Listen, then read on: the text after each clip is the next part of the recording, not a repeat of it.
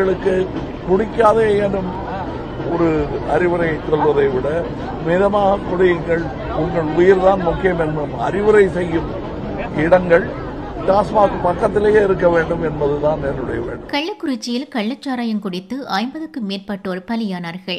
பல பேர் மருத்துவமனையில் சிகிச்சை பெற்று வருகிறார்கள்.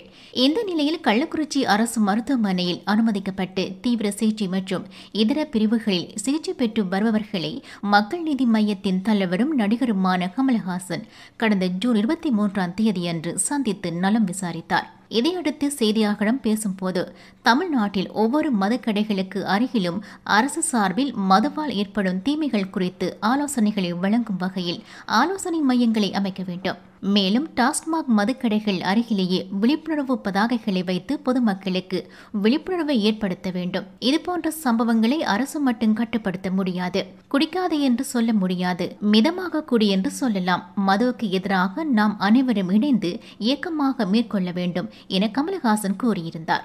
இந்த நிலையில் நாம் தமிழர் கட்சியின் ஒருங்கிணைப்பாளர் சீமான் அவர்கள் செய்தியாளர்கள் சந்திப்பொன்றில் பத்திரிகையாளர்களினால் பல விடயங்கள் தொடர்பாக கேள்விகள் எழுப்பப்பட்டன. அதில் கமல்ஹாசன் அவர்கள் கள்ளச்சாராயம் தொடர்பாக கூறிய கருத்து பற்றி கேட்கப்பட்டது.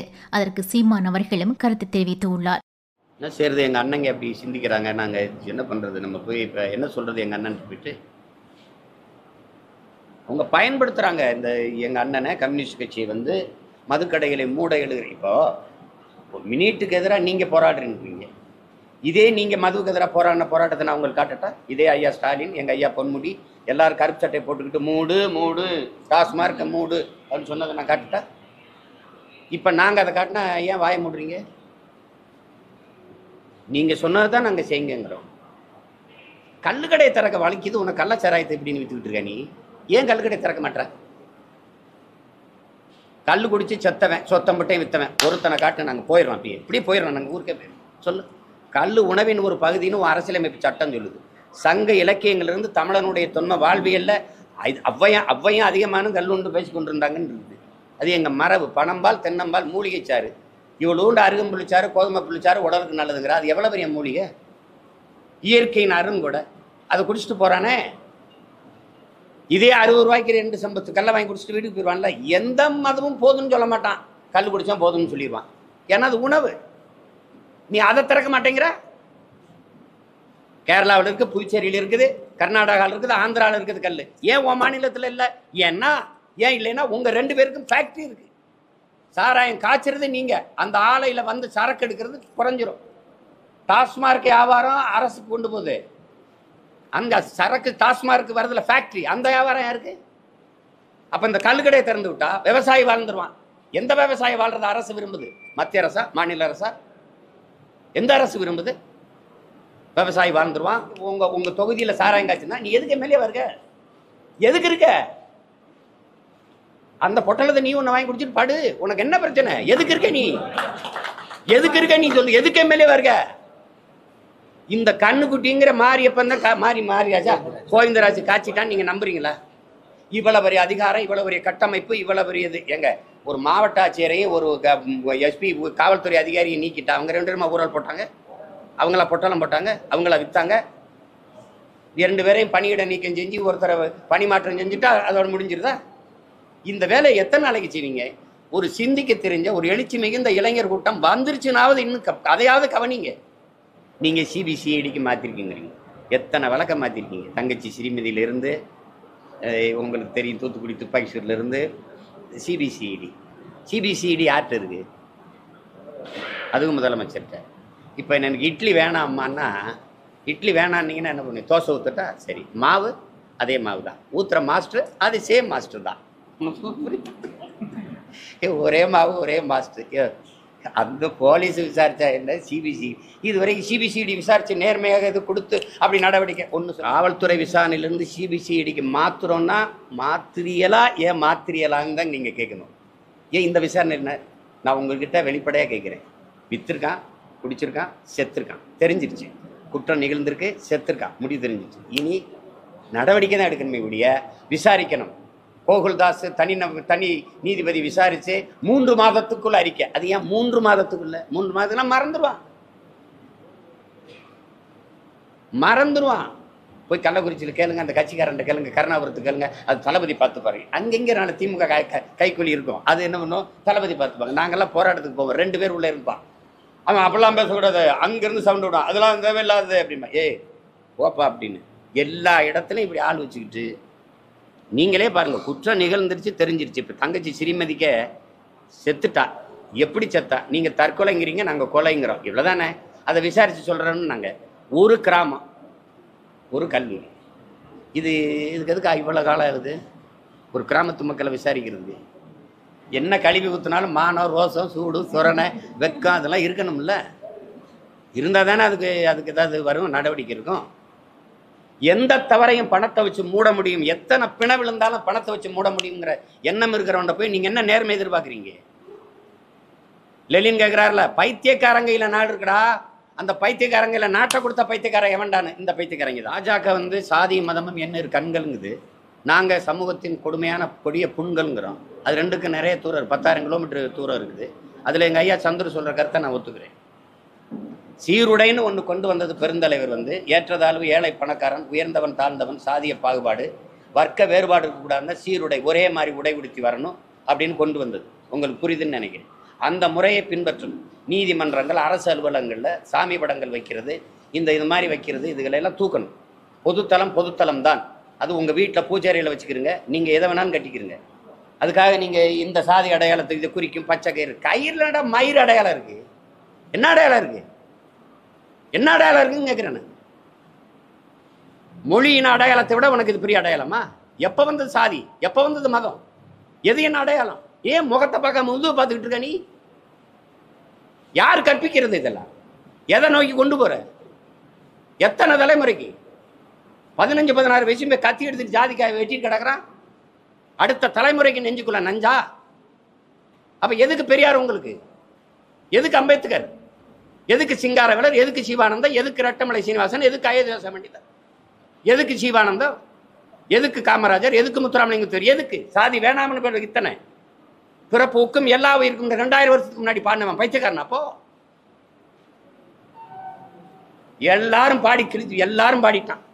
யார் மேல கீறினாலும் ரத்தம் ஒண்ணுதான். ஆக மொத்தம் நீ நானும் 10 மாறினார். கடைசி எங்க தாத்தனும் பாடிட்டான் பட்டுக்கோட்டை.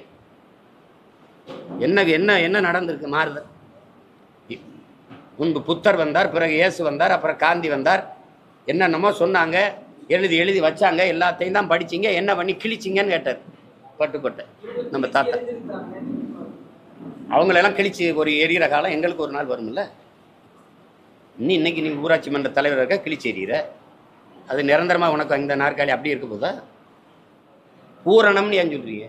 பூரணம், ஜம்பூரணம், முழுமையான மது விளக்கு வேணும். எங்கள் அண்ணன் கேட்குறாருல, பேசப்படும்னா என்ன? பணம் அள்ளி வீசப்படும். ஏன்னா கள்ளச்சாராய் சாவு வந்து எங்களை பாதிக்கலை அப்படின்னா அவங்க காட்ட வேண்டிய கடமையும் பொறுப்பும் தார்மீகமும் அவர்களுக்கு கையளிக்கப்பட்டிருக்குது இல்லையா? ஏன்னா அவங்க சத்தியவான்கள், உத்தம புத்திரர்கள். அதில் உங்களுக்கு ஏதோ எரிச்சலாக இருக்குன்னு நினைக்கிறேன். தம்பி அண்ணனை வந்து பாசத்திற்கு அன்பிற்குரிய அண்ணனுக்குன்னு சொல்றதுல உங்களுக்கு அவ்வளோ பிரச்சனை இருக்கு.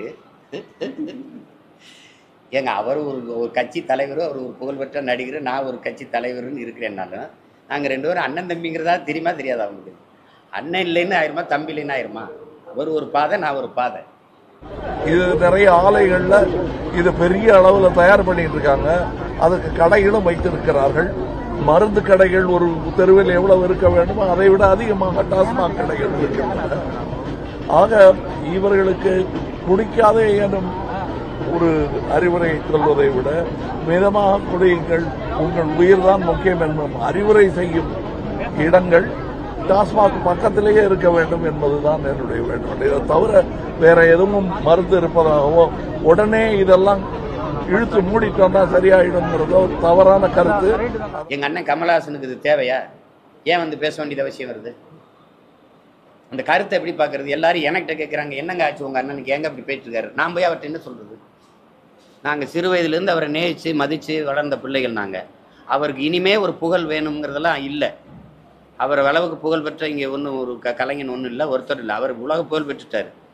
ரெண்டாவது அவர் சொல்ற கருத்தை பாருங்க, குடிக்காதீங்கன்னு சொல்ல முடியாது, குடிக்காதீங்கன்னு சொல்ல முடியாது. அது கொஞ்சமாக குடிங்க, அளவாக குடிங்க. அப்படின்னா என்ன பண்ணும்? எங்கள் அண்ணன் மாதிரி ஒரு 50 பேரை போட்டு அளந்து ஊற்றுங்கன்னு சொல்லுவோம். அளந்து அதை எங்கள் அண்ணன் தான் தொடங்கி வைக்கணும். ஏங்க அவன் குடிக்க போகிறான், அதை படிச்சுக்கிட்டா இருப்பேன்.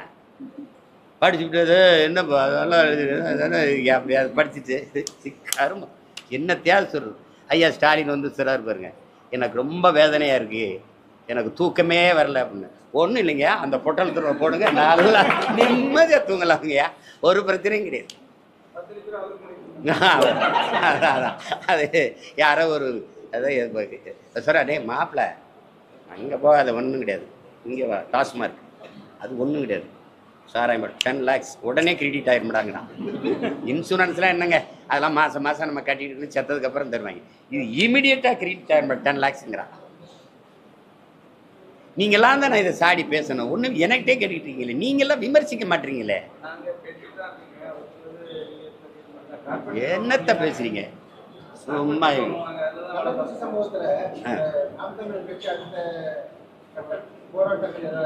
எங்களுக்கு அது இல்லை வேலை, அது இல்லை எனக்கு. அதில் வந்து என் தம்பி எல்லாம் எனக்கு, நான் மரக்காணத்துக்கும் போகல, இதுக்கு வரல. நீ எல்லாரும் போனாங்களே, நான் போன இடத்துக்கு எல்லாரும் வந்தாங்களா? 8 வழிச்சாலை வேணாம்னே, நீங்கள் வந்தீங்களா? நான் போராடி ஜெயிலுக்கு போனேன், நான் என் தம்பி இல்லை, வந்தீங்களா? நான் ஸ்டெர்லைட்டுக்கு போராடினேன், நான் அந்த இது அணு உலைக்கு போராட போனேன், நான் மீத்தேனுக்கு போராடினேன், எல்லாத்துக்கும் போராடினேன். பாண்டு நிலையம் பரந்தூரில் வேணான்ங்கிற, இன்னும் வேணாம். இருக்கிற ஏர்போர்ட்லேயே பறக்க ஃப்ளைட் இல்லை, பைத்தியக்காரங்களா? இண்டிகோன்னு ஒன்று மதுரைக்கு 24,000, திருப்பி ஒரு 24,000, 50,000 ஒரு நாள் நான் பறந்து போக. அது அவர் எடுக்கிறதா நேரம், அவர் சொல்றதான் கட்டணம். ஒரே ஒரு வண்டி எப்படி இருக்கு? ஒரு ஃப்ளைட்டு தான் இருக்கு. இதுல எதுக்கு 5000 ஏக்கர்ல 5000 ஏக்கர்ல ஏர்போர்ட் கட்டக்கூடாது? ஏர்போர்ட்டி விடணும். 22 ஏரி இருக்குது உள்ள. சரி, நீ சரியான ஆளு, கட்டிரு பார்ப்போம் ஏர்போர்ட். நான் பவர்ல இல்லை, நீங்க பவர்ல இருக்கீங்க, கட்டிடுறேன், கட்டிருங்க, நான் பார்ப்போம், ஒரு தடவை பார்த்துருவோம். 8 வழிச்சாலை போட்டு முடிச்சிட்டீங்களா? பேனா வச்சுட்டீங்களா? அதே கதை தான் நடக்கும். தேவையில்லாமல் ஏர்போர்ட் கட்டுறேன், அது பண்ணுறேன், இது பண்ணுறேன், அங்கே பண்ணுறேன். 9 லட்சம் கோடி கடனுங்க. வட்டி எவ்வளோ கட்டுறீங்க? வட்டி எவ்வளவு? காவல்துறைக்கு படி அந்த பணி அந்த காசு கொடுக்க முடிஞ்சது அவங்களால? அவங்களுக்கு தேர்தல் நேரம் அந்த நேரத்தில் பணி செய்கிறாங்கல்ல, அந்த காசு அவங்களால கொடுக்க முடிஞ்சதா? கொடுக்க முடிஞ்சதா? கொடுத்துருக்கல அப்போ. ஆனால் சாராயம் குடிச்சு செத்தவனுக்கு 10 லட்சம் கொடுக்குறீங்க. உங்க தவறை மறைக்க இந்த பிணத்தின் மீது பணத்தை கொட்டி மூடுறீங்க நீங்க. இந்த குற்றச்சாட்டுக்கு பதில் இருக்கா உங்ககிட்ட? தங்கச்சி அனிதா செத்தவனை நீட்டுக்கு எதிராக நீங்க பேசுனீங்கல்ல, அப்ப மதுக்கு எதிராக பேசுங்க. இத்தனை பேர் செத்துருக்காங்கல்ல, இன்னும் எத்தனை பேர் சாவான்னு உனக்கு அப்படி? அங்க 19, இங்க 60க்கு மேல, இன்னும் பல பேர் மருத்துவமனையில் இருக்கான். வருவானா போவானா தெரியல. நீ சொன்னது கணக்கு 69. அரசு இப்ப உண்மையான கணக்கு என்னைக்கு சொல்லியிருக்கு? வெள்ளத்தில் 5000 பேர் செத்தா 500 பேர்னு அறிவிக்கும். அதானே வழக்கம். அப்புறம் இதுல போய் என்ன பேசிட்டு இருக்கிறீங்க நீங்க? இது அரசு கிடையாது, தரிசு. இவங்க குடிகெடுக்கிறவர்கள், தாலி அறுப்பவர்கள். இவர்களை போய் வச்சுக்கிட்டு நீங்க என்ன பேசிட்டு இருக்கிறீங்க? நீங்க கேட்டா அது இளம் விதவைகள் இந்தியாவிலே அதிகமா இருக்கிற மாநிலம் உங்க மாநிலம் தான், உங்க ஆட்சியில தான்.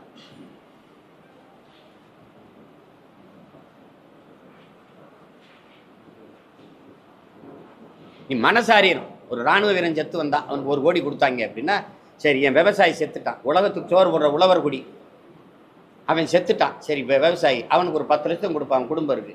என் செம்மரக்கட்டையை வெட்டணும் போன கூலிக்கு தான் பண்ண, வயிற்று பசிக்கு. என் மீனவ சொந்தங்கள் சுடுவான்னு தெரியுது, போறேன், ஏன் போறேன்? படகை பறிச்சு பசி, குடும்பத்தை காப்பாற்றணும். அவன் செத்து போனான், அவனுக்கு ஏதாவது நிவாரணம் கொடுத்துட்டா கூட போதும். சாராயம் குடிச்சு சாகிறவனுக்கு போய் சட்டப்படி தவறு, அந்த தவறை செய்கிறவனுக்கு நீ சட்டப்படி நிவாரண தொகை, ஊக்கத்தொகை கொடுக்குற, சட்டப்படி கொடுக்குற. அரசு கொடுத்து ஊக்கப்படுத்துது தவறு செய்யறதுக்கு. நீ அந்த சாராய வாரியை கைது பண்ணில, அவன் சொத்தப்புறா பறிச்சு வித்து, எங்க 1500 பேர் மேல ஏதோ வழக்கு போட்டு கைது பண்ணேன்னு நீங்க மரக்காணத்துல. இங்க எத்தனை பேர்? இந்த கண்ணுக்குட்டி தான் இத்தனை காலம் வித்து என்ன சொத்து வச்சிருக்கான். அவன் வீட்டை போய் பார்த்தா கோழி கூடு கூட கொஞ்சம் பெருசா இருக்குன்னு சொல்லுது. அப்ப வித்தவன் வேற இடத்துல இருக்கான்ல, அவன் சொத்தை பறிச்சு அதுல இருந்து வித்து நீ ஒரு வீட்டுக்கு 50 லட்சம் 1 கோடி கூட கொடு, இறந்த குடும்பத்துக்கு. நாங்கள் ஏதாவது கேட்டா எங்களை கேளு. அது இல்லாமல் சும்மா மக்கள் காசை எடுத்து கொண்டு கொடுத்துக்கிட்டு நாளைக்கு ஒருத்தன் ஜாவன் சாராயம் குடிச்சு அவனுக்கு 10 லட்சம், இது என்ன வேலை? இது நல்ல அணுகுமுறை இல்லை, இது நல்ல ஆட்சியின் நல்ல நிர்வாகம் இல்லை, இது கேவலம் வேற ஏதாவது. டிவிஐ யூடியூப் சேனலில் இணைந்திருக்கும் நேர்கள் அனைவருக்கும் எமது நன்றி. எமது காணொளி தொகுப்புகளை தொடர்ந்து நீங்கள் பார்வையிடுவதற்கு கீழிருக்கின்ற பெல் பட்டனை அழுத்துவதனூடாக நோட்டிபிகேஷனில் பல காணொளி தொகுப்புகள் உடனுக்குடன் உங்களை வந்து சேரும். அருகில் இருக்கின்ற முக்கிய காணொளி தொகுப்புகளையும் பார்வையிட தவறாதீர்கள்.